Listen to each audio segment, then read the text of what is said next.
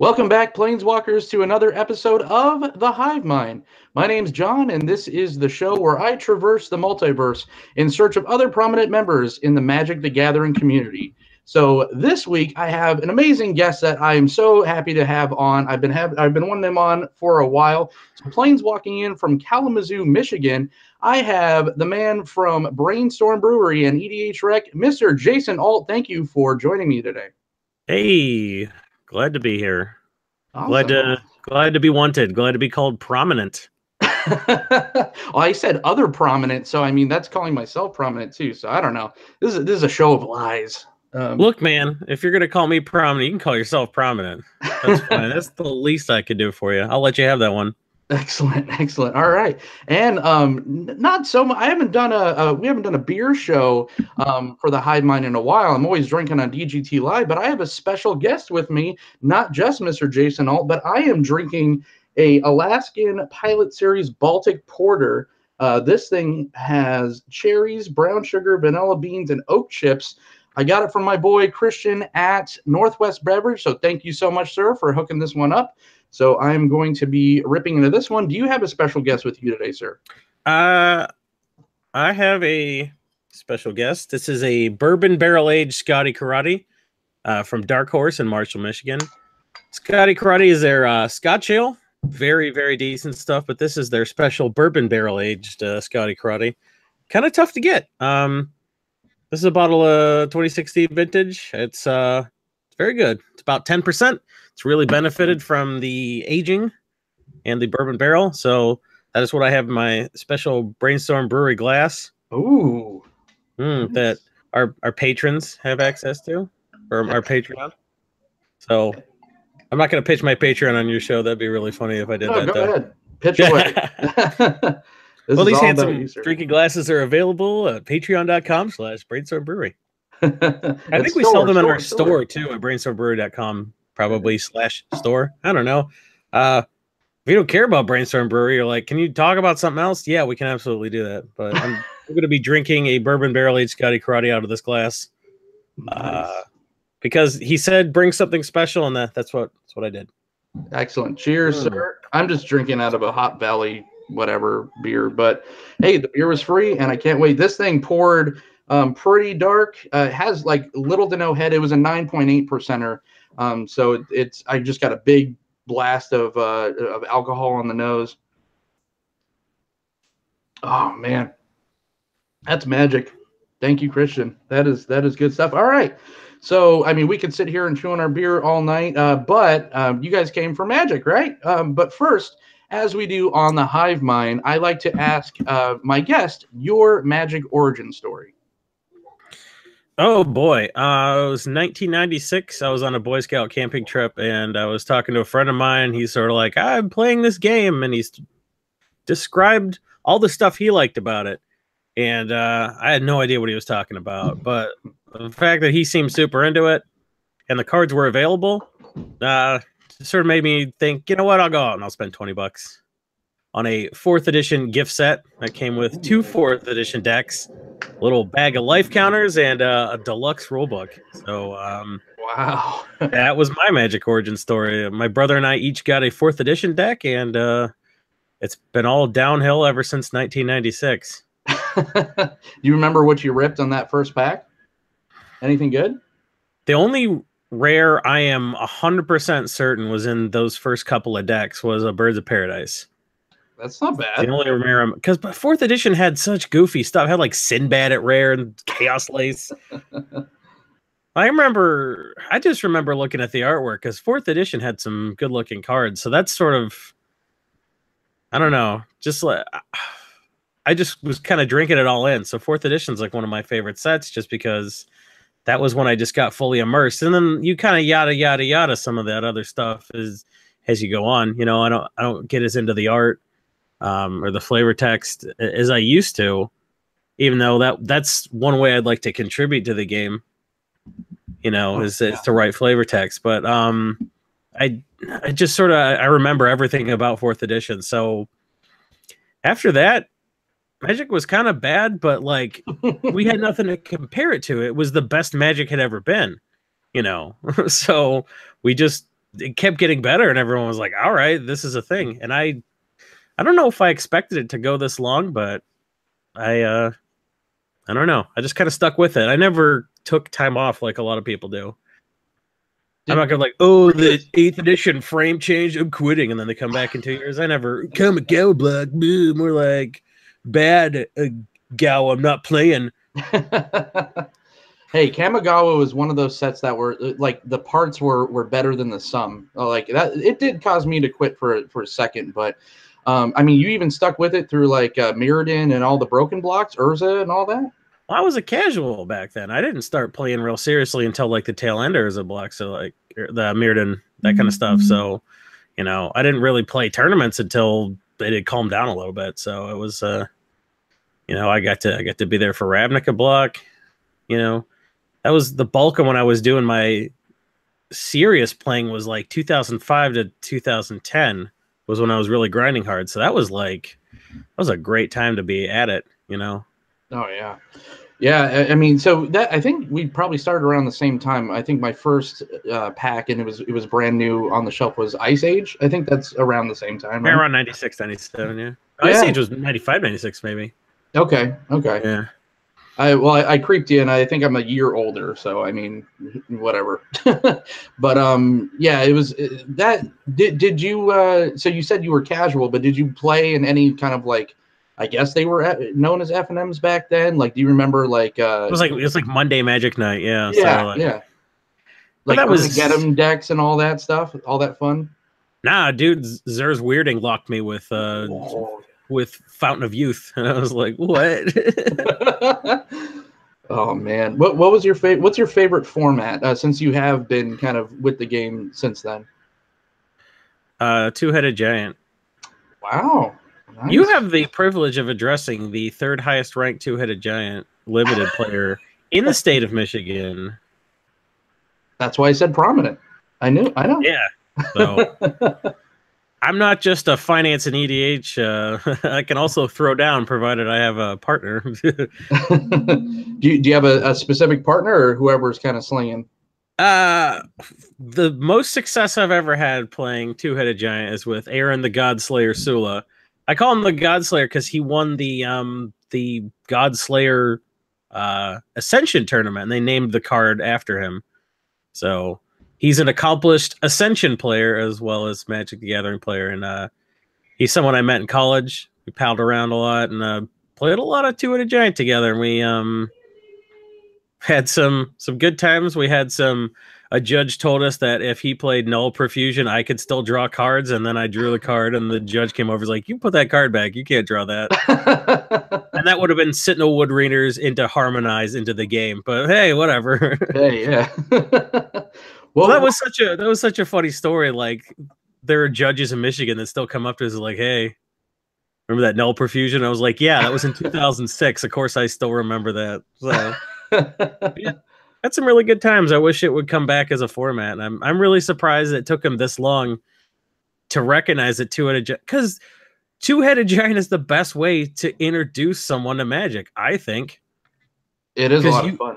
Because you have a partner that could be brand new. If someone's good at Magic, you could have, you could weekend at Bernie's your way through a tournament. So why not have a new player, staple them to a good player, and then, have them learn by a partner working through the thought process with them? And, I don't know. I think it's a great format, and I wish it got.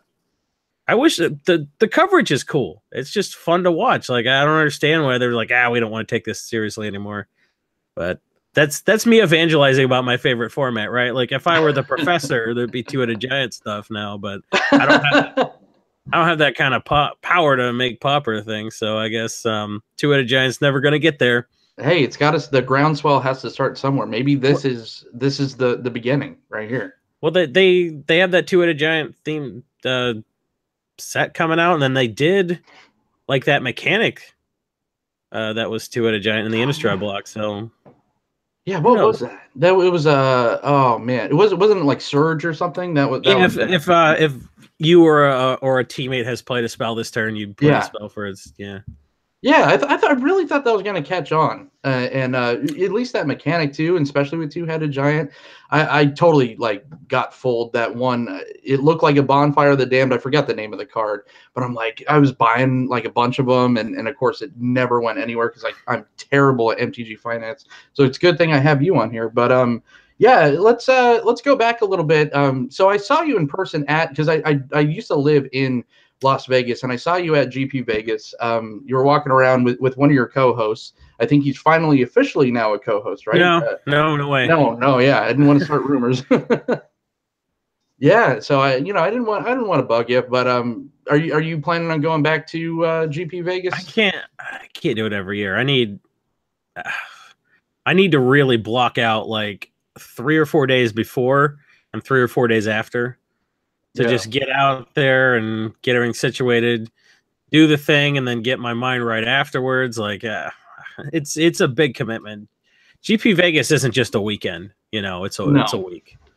So, so having a 2-year-old, I gotta kind of contend with that. So if my wife were inclined to take a vacation and someone could watch our kid, maybe I could go back. I will probably go back. I will probably do it every other year. I think every other year is a good amount. I think you can't do Vegas every year. Man, I did Vegas 22 years, and I was, oh man, I was so happy to finally get out of that place. I mean, imagine you said you can't do it every year. Imagine living there. It's a modern day Gomorrah. It's a lot. It really is. You never get used to 115. You just don't. So now I'm enjoying the no sun up in Seattle area, and it's just I'm just better for it. I'm healthier for it, and it's just I mean it's not as cheap. That's the thing. Like Vegas will take you, suck you in and never let you go because it's convenient, it's cheap, you get used to all this stuff. But man, now that I'm out, it's just like I've seen the light. Everywhere you go, you bring a new NHL franchise with you. So.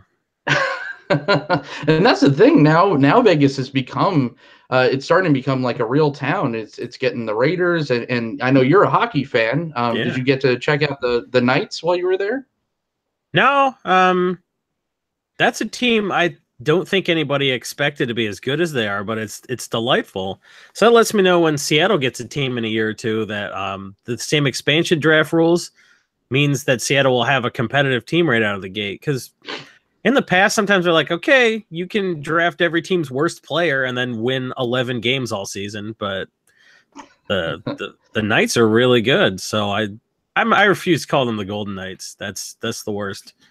Neon Knights would have been a better name, or just Vegas Knights. So it sounds kind of like a pun. It could be like, how cool would come experience the nightlife or something? All kind of cool tags, but no, the Golden Knights, dumb.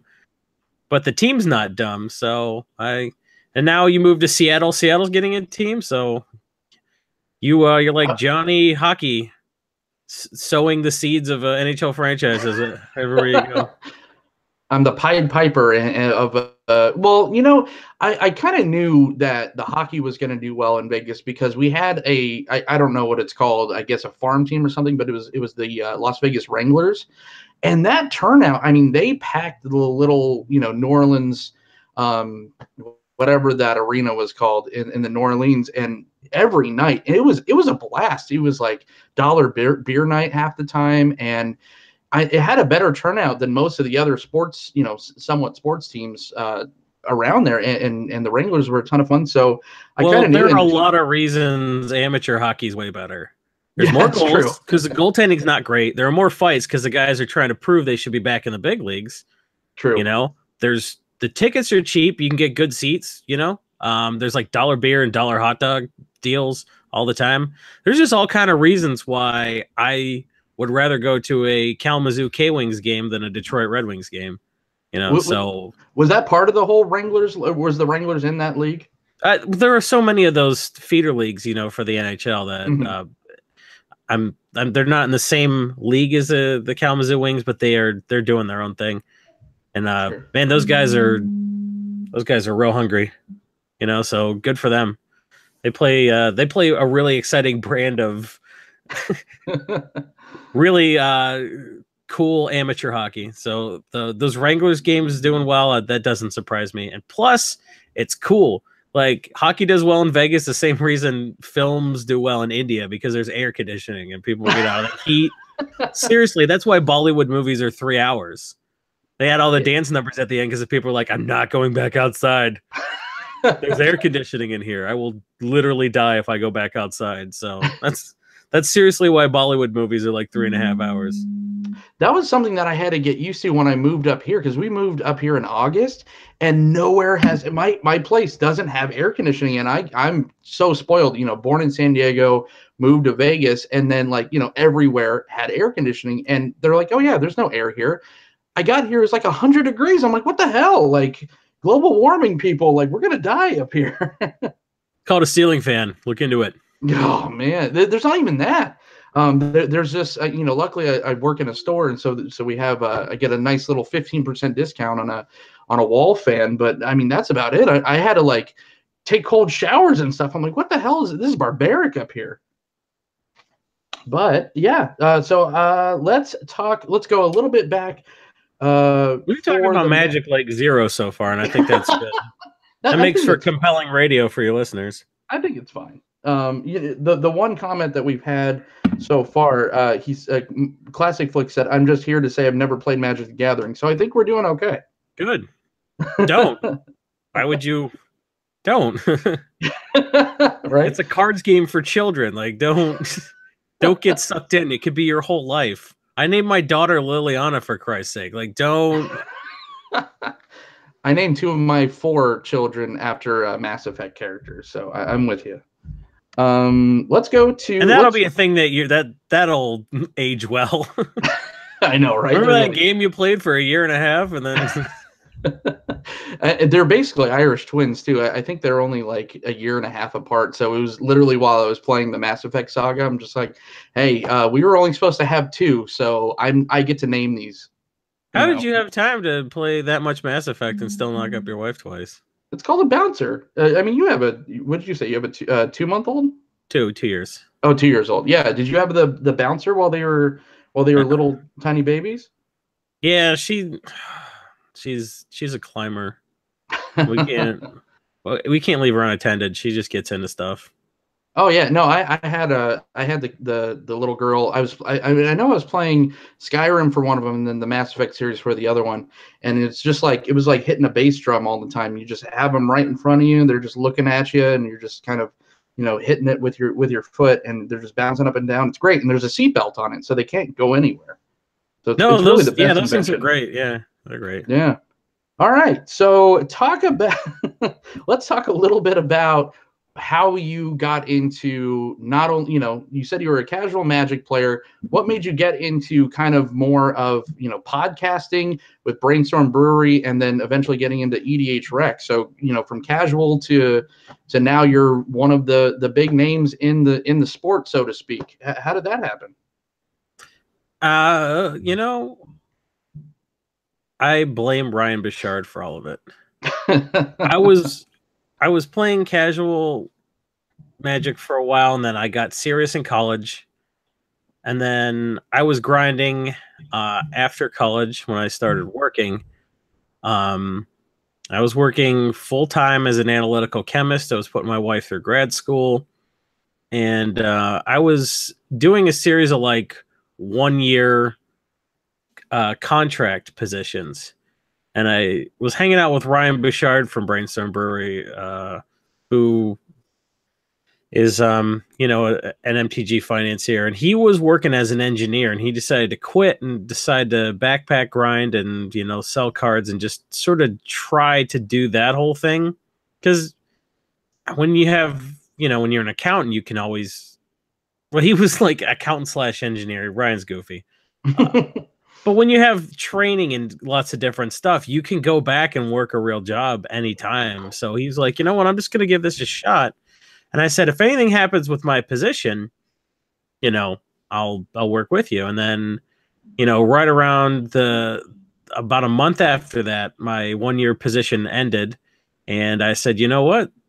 Screw it. I'm collecting unemployment.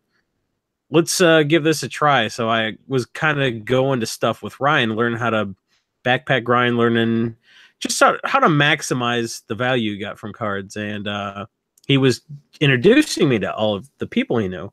So I was getting all these connections. And then he's like, let's go on a shop crawl. So we were going to GP Minneapolis. And he's like, let's take a week instead of a day to drive to Minneapolis. And let's hit a bunch of shops along the way. So we called every store along our route and figured out which ones we should stop. And, we sort of made a plan about what time of day we would hit these places.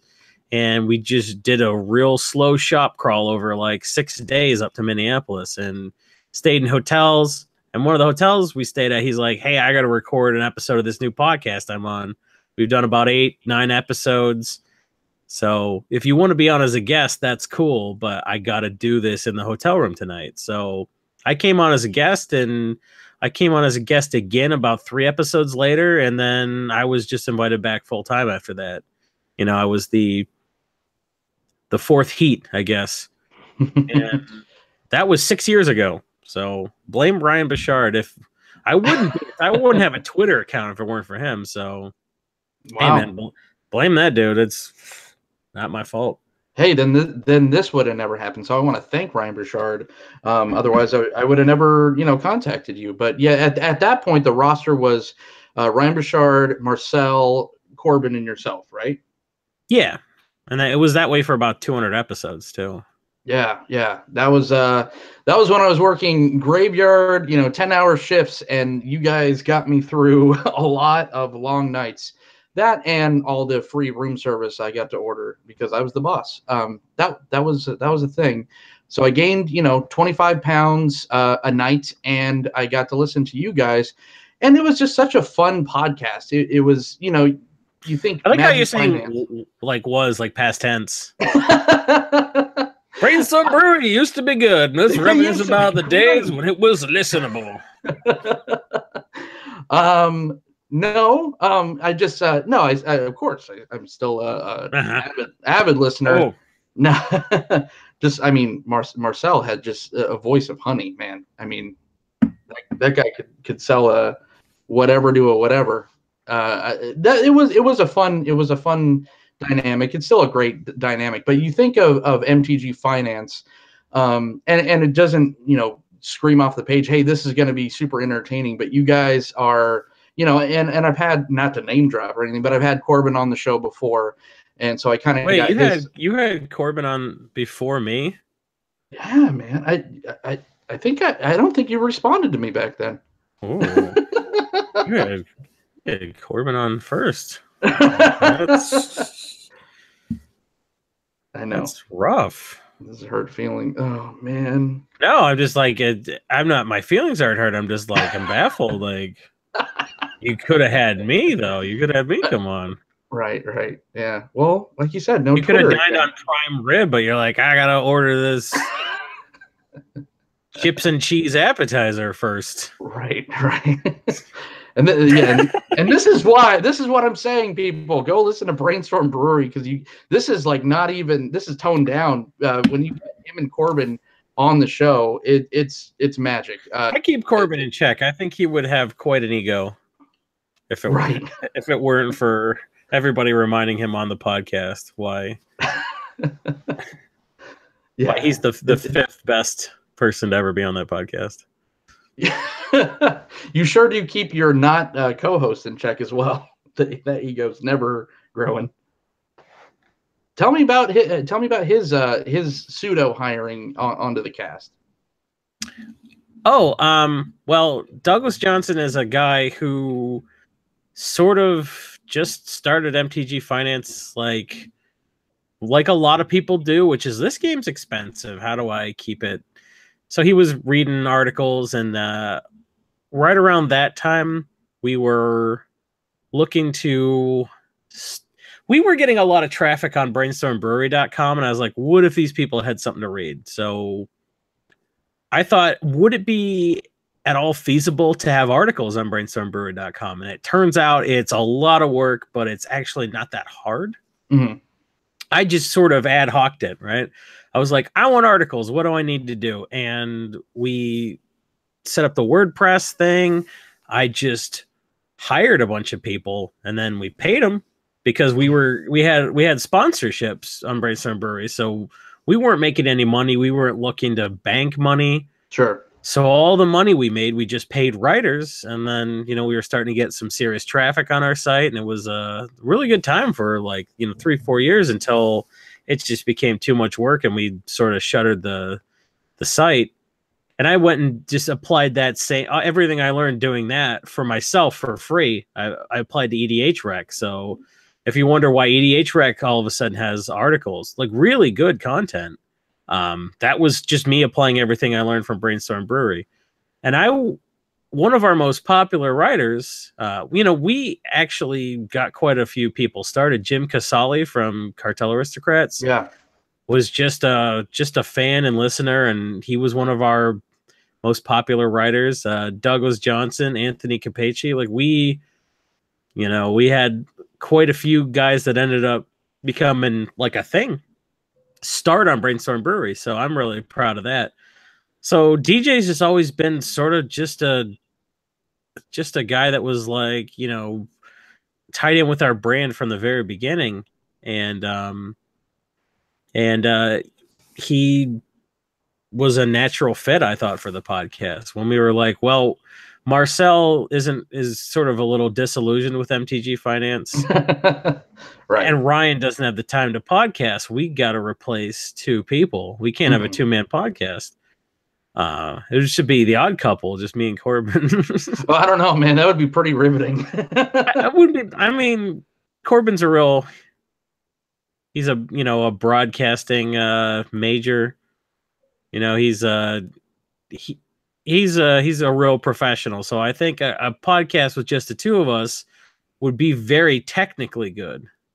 Right. But I think you need a few more personalities, and I thought DJ was a good fit. So he went from writer to someone I took along with me to MTG Price when I started writing full-time for MTG Price, to joining us on the podcast. So he was the winner of the very first Gamers Helping Gamers scholarship. So he paid for his degree that he's not using with Finkel money. So that was a cool thing. So I did not know that. Wow. Yeah, and he's making okay money, full time doing Magic Finance. He was in a counseling grad program, and he's just like, I'm done with this. So he got a college degree that he can always use. So everyone's like, well, you guys are all doing your Magic stuff, but what if the game ended tomorrow? It's like, we all have college degrees. Everybody in MTG Finance everyone who does MTG Finance, in my experience, is very smart and has had another career or still has another career. We'll be just fine. So we're not worried about that. But it's kind of funny that it's so much more attractive to sling cardboard than it is to like do the jobs we trained for. I haven't practiced as a chemist for 6 years now, and I kind of miss it, but at the same time, I'm having so much fun doing what I'm doing. I'm podcasting, I'm writing, I'm buying, I'm selling, I'm playing cards occasionally. Like, this game is so big that there's space for people who don't work for Wizards. When I was a kid, I thought I wanted to write for Duelist magazine. That was what I wanted to do. I was reading Duelist, and I was like, man, these articles are so cool. I want my words to be read by 1,000 people, and I'm going to write in Duelist magazine. And the reality of how it ended up is just so much bigger and more fantastic than I could have possibly imagined. So, like every time I write a Gathering Magic article about the 75% EDH deck building theory, and the mothership retweets it, I'm like, wow, I did it. That's just like writing for Duelist. But I get to do so much other stuff. We had no idea how big this game was going to get. More people play Magic than play World of Warcraft at World of Warcraft's peak.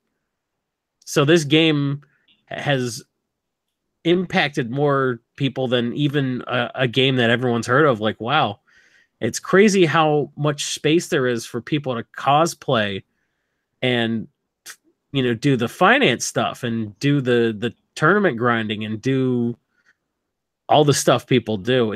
This game has employed so many more people than anybody ever thought, because it's like, okay, the people that draw the art, the people that write the cards, the people that make the game, all the Wizards employees and their contractors, they're going to be employed by this game. But it's so many people doing other stuff, and I think that's fantastic. That's the mark of a good game.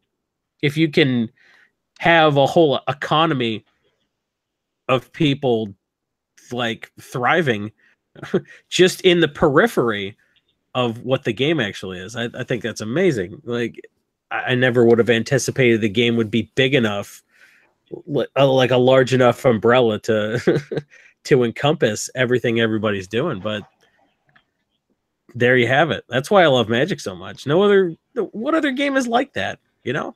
Is Yu-Gi-Oh really employing all these people? I don't know. No, Maybe. No. It's crazy though. It's that thing that people try to even stop playing it, and you just never can. Like, I think I've sold my collection twice now, and I've just always want to be involved. Whether it's not, I don't play as much as I used to, and I'm not gonna pretend like I do, but I love being involved in the game because it has built this secondary community. And the community is not always, the greatest, and we don't need to get into that because everyone else does. And if you're part of the YouTube or the podcast MTG community, all the dirt and all the grossness about it. But for the most part, it, like you said, a game, even Monopoly doesn't employ thousands of people. Yeah, it's Hasbro, and of course it makes money, but it doesn't. It's not the livelihood of all these people. Johnny Slivers on the chat says, I think MTG tickles the same part of the brain that heroin does. I tend to agree. Yeah? You think so? Probably. It's just something that you just Heroin's probably easier to quit. Right. And going back to your chemist thing, you said you've been out of practice. You could always Walter White that shit, if need be, right? I would never make methamphetamines, okay? Let me be very clear. I would never use my knowledge of chemistry to make crystal meth. DMT? LSD? No. How about brewing beer? Have you ever jumped in that? One of my Magic buddies from back in the day, we played a lot of booster drafts together, and he was always just talking about his new homebrew thing. And he's a co-owner of the One Well Brewing Company in Kalamazoo, Michigan, a great microbrewery that sprung up. It's huge. Every time I'm in there, the place is packed. They brew great beer. They got good food. It's a great place to hang out. And I'm just like, that's just another thing, Like, I took Magic to its logical conclusion. This guy took homebrewing to its logical conclusion. So homebrewing is not for me. It's not what I'm about. I've brewed a few batches, but it doesn't satisfy the chemist in me as much as making all the crystal meth I make. And the truth shall. There's no money in beer. I'm sorry, I did the math. I was like, I can make beer, but look at how much money I'm making slinging all this crystal. Yours isn't blue though; it's purple, right? It's that blue food coloring. Yeah. That's what it is.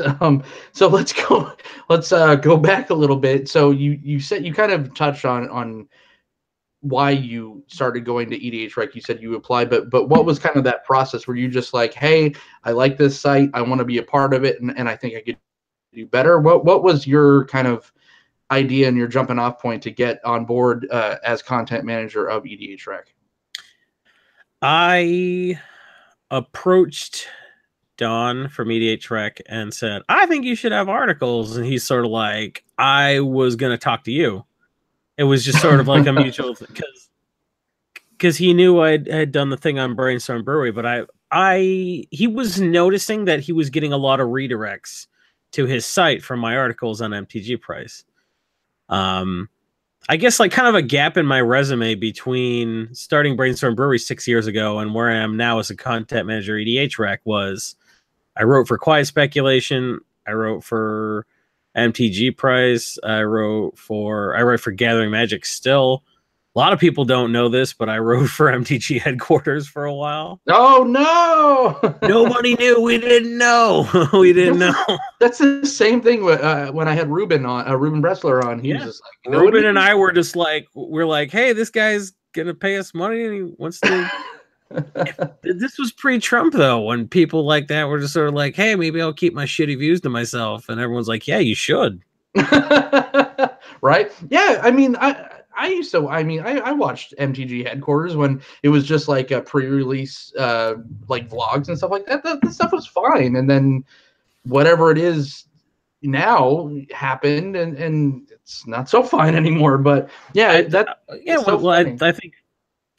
I think people who were deplorable before just sort of didn't feel like they needed to tell anybody about that. So Ruben and I were happy on that site for about a year.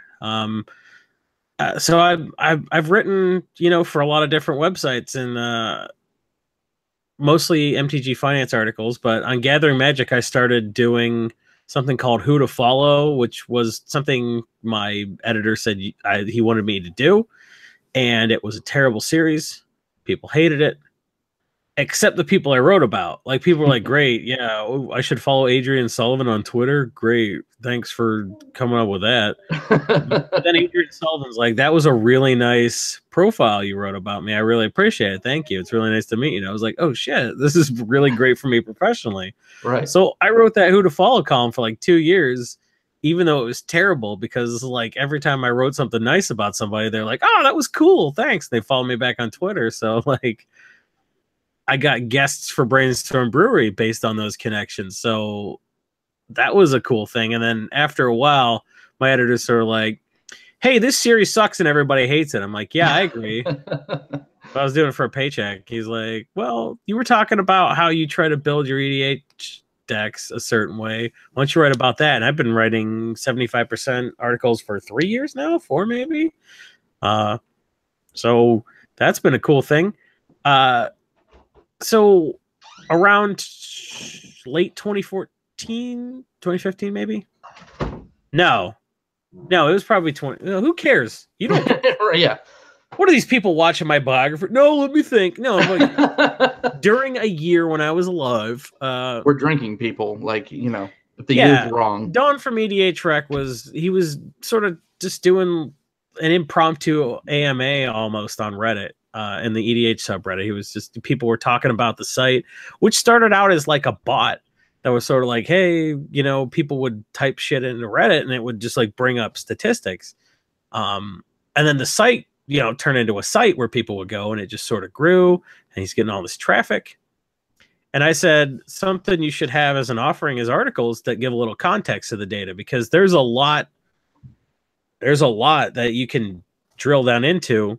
There's some assumptions people make. There's some things that need clarified, and there's some analysis that could be done. And we'd interacted on Reddit, I think, and he said, well, you were somebody that I wanted to talk to about that, because I don't know anything about it. And he still doesn't, because he doesn't have to. He just has me handle it. So since I had all that experience sort of saying, I want articles, which was literally the sentence I said to Marcel, and he's like, all right.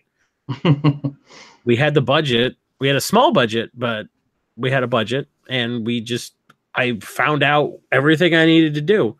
An editor, I had to have a style guide. We had to, have a process to run everybody through. We had to have a publication schedule. That was everything I handled on Brainstorm Brewery. Brainstorm Brewery articles were really successful for, several years. We had a ton of traffic. People liked it. So I had all this experience, and I was like, well, let me do it on EDH REC. He's like, I think that's a great idea. My favorite part is I don't have to do anything except write you checks. We're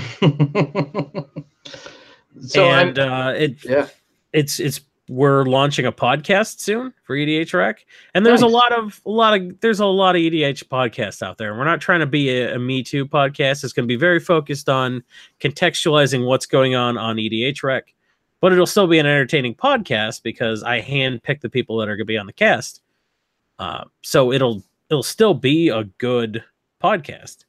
So I basically 6 years of experience. I have a master's degree in MTG content at this point, right? If you think about it, And I definitely put a lot more work into what I do for the MTG community than I did in schoolwork. Certainly. So I basically have a master's in MTG content generation. So at this point, I'm like, I know how to launch a podcast. I know how to get articles going on a website. So I think it's a valuable skill and a useless skill, I would think. I think in the job market, it's like, well, my children's card game that I generated content for, and they're like, we need a person with an actual degree in English. Get out of my face. But also within the community, people are like, hey, that's a thing. So oh yeah. Whatever. And obviously you're the content manager for this website, but you're definitely in the camp of more information is better. Because I remember that when that was like an argument, it's just like EDH REC is ruining creativity. Net deck, everyone just net decks, man. EDH is a sacred place for brewers. Why are you net decking EDH? Yeah. You should grab a box of bulk rares and go into a cave with no internet and come out with a deck. Okay, cool. Right. If that's what you want. Or here's information, right? Information's always going to be out there. It's fine. Net decking isn't ruining your EDH night. It's the fact that you don't play any removal in your fragile combo deck, and then you get mad when someone plays an arcane denial on your spell. Swan Song, you read about that on EDH, and it's such a small number of people that hate EDH REC on principle because it encourages net decking. Like, it's not even worth mocking people who aren't really even a demographic. So for the most part, everyone's sort of like, there's some data there. That's cool that's compiled in a way I can read it. And then what the articles do is they contextualize it, give it a little bit more, explanation and analysis, and sort of point out some of the pitfalls, why some things are overrepresented on EDH REC. Because they were in a pre-con, that's why. Or why they're underrepresented. It's not perfect, but I found EDH REC enormously useful in my finance writing. I feel like I was trying to allude to that like 20 minutes ago, and then I got lost. So what I wanted to say was Don noticed he was getting a lot of referrals, a lot of links from my articles, because I was looking at what's going on EDH REC, because EDH is a little slow to affect finance. Like, people will start buying cards, and then it's just like 2 months later, the price goes up. So I was like, we have a lot of lag time here. We can really just sort of look at what people are building and kind of see, hey, Spore Frog's in a lot of these decks. This deck's getting popular. Spore Frog could go up. And then sure enough, I've made a lot of predictions that they would have seemed really tough if I was doing it in the context of standard, because there was a while where I was just nailing a lot of standard picks and everyone's like, he's good at this, and I was like, I'm not good at this. I'm getting so lucky right now. I had no idea, because I'm not a better deck brewer than pros, and you have to be a better deck brewer than pros to consistently figure out what's going to go up in standard. I'm not that good at Magic.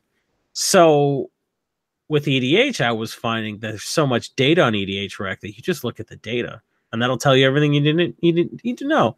Like, all these decks are playing this deck's going to get more popular, or this archetype's going to get more popular because it finally has a commander. This is all the stuff that correlates with the similar cards. All of a sudden, you have a data-based approach. You said, well, this is twice as likely to happen as that because these are the numbers.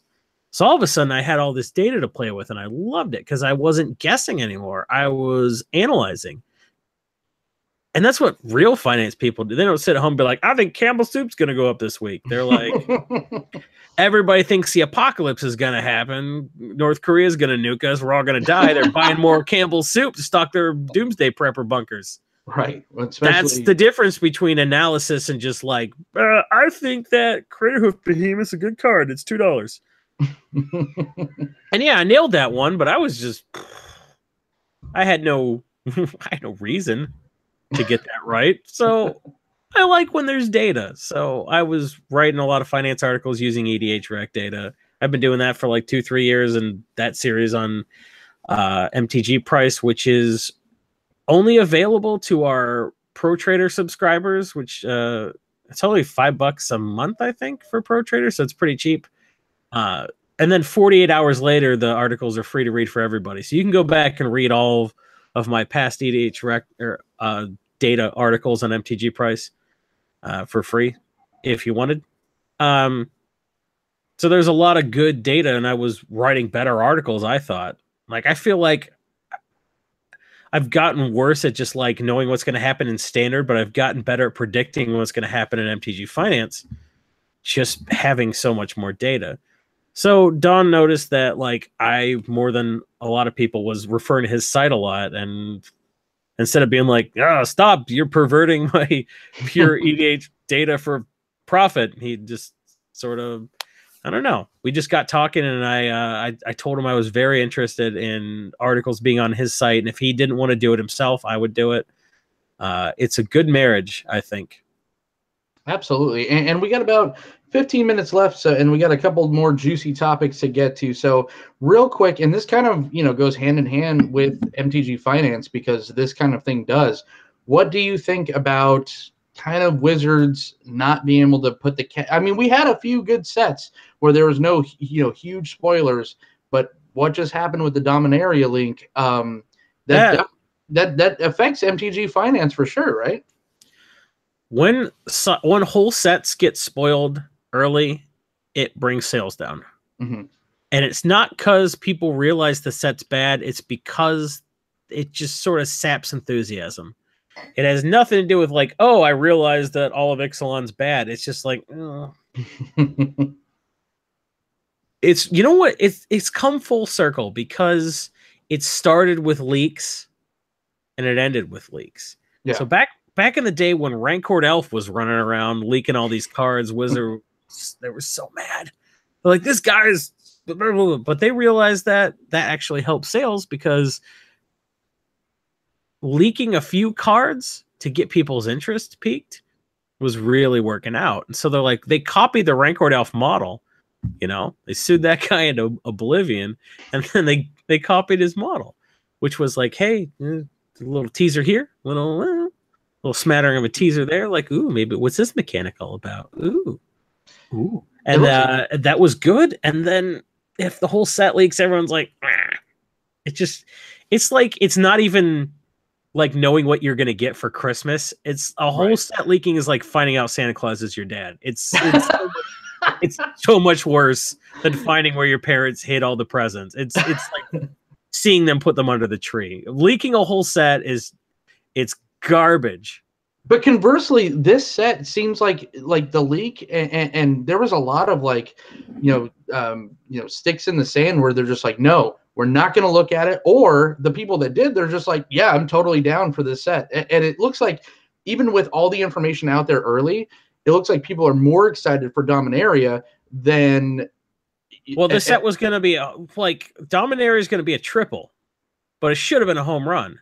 Sure. If this hadn't happened, Dominaria would have been like, oh my, it would have been the set that people were like, I came back to Magic I quit after they banned Smuggler's Copter. It was going to be Innistrad. Yeah. Yeah, sure. It was going to be Innistrad. Oh, man. But I mean, it still might, though, It'll be Shadows over Innistrad. Oh, instead. No. It'll still be pretty good, but it could have been better. So the leaks, I have to look, man. Yeah, for sure. I have to, and I don't want to, because it was just some random day of the week, and is that what we're doing? All right. There's some random day of the week where I was busy doing other stuff. I was like, I don't want to be doing a ton of finance analysis right now. So I still have all that left. that was my report. No, I only had a 12-ounce. So I have a 22. I'm not going to get up during your cast and grab another beer. That'd be weird. So I had to look. I didn't want to, but I had to look, and I didn't like it. I didn't like having to look. I didn't like that they made me have to do all that analysis on a day when I was just trying to do other stuff. So it was no fun. That was. How do you feel like Wizards handled it? They tried so hard to spin it, and Magic players are just such terrible garbage people. A lot of them. Because they're like, well, let's figure out how to make lemonade out of these lemons, and all the Magic players like, here's your lemonade. Yeah. How could this happen? Well, it happened. Shut up. It's funny because it's true. Yeah. They're all putting ironic quotes around the word lemonade every time they make a post on Reddit. You know what? Delete your account. People would have either way. Activity F&M grinder. Who are you? You're nobody. Shut up. No, but you're right. People would have bitched either way. Whether Magic players will always find a way to bitch. No matter what. The famous thing about Magic players is if you put $100 bill in every booster pack, they'd bitch that it was folded horizontally. Oh man, yeah, and then I thought they handled it well. It was a little knee jerk, like they were like, okay, well, you guys know everything, so we're just gonna come out with everything tomorrow. But it wasn't anything.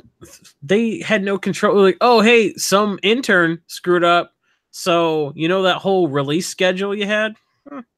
Yeah, it's all gone. Yeah. So that was them trying to make the best of it, and Magic players mocking their response to something that wasn't their fault is just the dumbest. Magic players don't deserve Magic. They really don't. It's so true. This game is too good for the people who play it. So subscribe to this channel and go watch Brainstorm Brewery.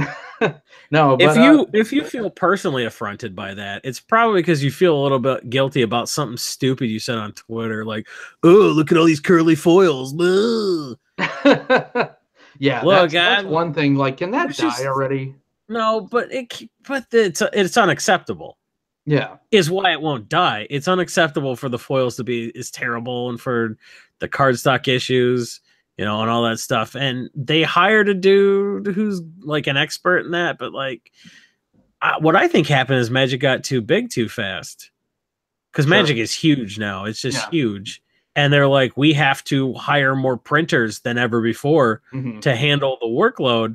And some of these printers are like, hey, what if we cut these corners? And then some of the printers are like, hey, what if I leak the whole spoiler? You know, you have to. They had a nice relationship with one printer when they were making alliances, you know, and there's like that one guy's like, I can handle your alliances. And they're like, good. And the worst thing that happened was sometimes cards would get chopped all funky and they'd be worth more money because they were miscut. Right. You know? And everyone was happy about that. But now when they're selling so many more cards, I'm not a Wizards apologist. If they screw up, great, by all means. But like, everyone's like, it's unacceptable that the cards are still curling. And yeah, okay. You know, they're having to deal with so many more people in so many more countries, speaking so many more languages, cutting corners in their own unique way, using inferior cardstock. And you know what? Maybe it's a Hasbro decision. Because they're like, why would Wizards address it? Because if Hasbro's like, you need to save 11% on your printing costs, I don't care how you do it, use a cheaper cardstock. If Hasbro said that to Wizards, Wizards can't throw Hasbro under the bus. That's their boss. But that's not a decision Wizards ever would have made, because they know that their brand means something. But there's just so much that people on Twitter and Reddit don't know. I'm not sticking up for Wizards necessarily, but they've made a card game that has lasted for this long. I think they know some things about some stuff. So I'm not saying they're perfect. I'm just saying you probably don't have a better grasp of what's going on than they do. It's going to take a while to address it because they're trying to change an entire culture of an entire array of different printers. So it's not like they're just Wizards is so stupid. They're like, oh, we made the foils bad. Now they're curling. We don't care. And everyone's telling us that they're bad, but we don't care because we're so bad at this. We're too dumb to figure. Oh, the foils aren't supposed to be curly. Oh, we didn't know. We're so dumb. Thanks, Reddit user. Dankweed 420XX for pointing it out. But that's the thing. That's the thing that we've been saying. It's just like, I think people forget that this is owned by Hasbro. This is a big box corporation, and it's big box corporation people that are making decisions for this game. It's not really. It's like when Elysian got bought by Budweiser. It's like, this is not a. You and I have fond memories. Millions of people have fond memories of Wizards of the Coast when they had complete and full control. Richard Garfield was designing every set and blah blah blah, this and that and the other thing.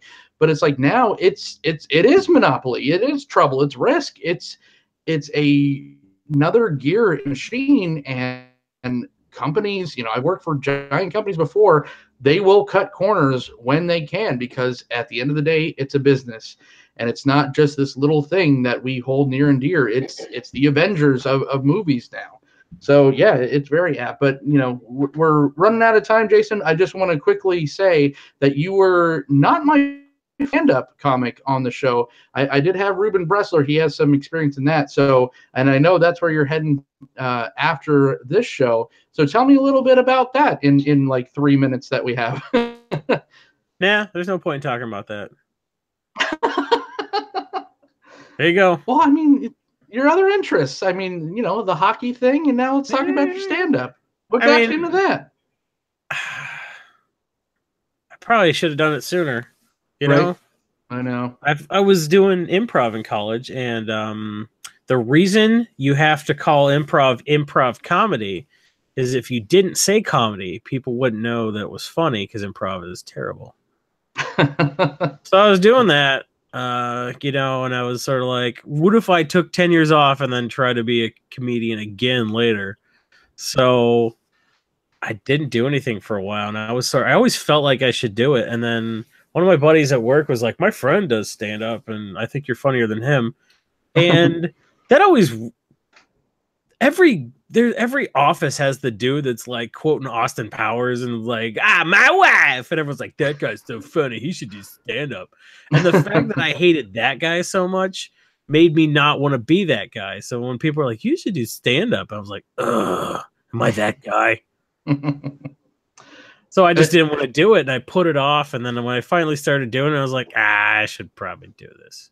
Nice. And you know what? I'm going to be toiling in obscurity for 10 years. And I'm like 3 years into my 10-year purgatory. So I don't like to talk about it just because I haven't really accomplished anything worth noting. So I'm going to be at this forever. I do stand up probably 6-7 times a week. It sucks. There's no money.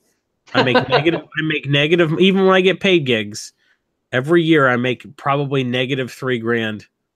Jeez. When you factor in gas and hotels and food and all the beer I drink, because I drink beer constantly. Because you go to a show and they're like, oh, this bar lets us do our open mic here, so maybe we should support the bar and order something to drink. And then I was like, well, if I'm gonna have one beer, when I have 5, so.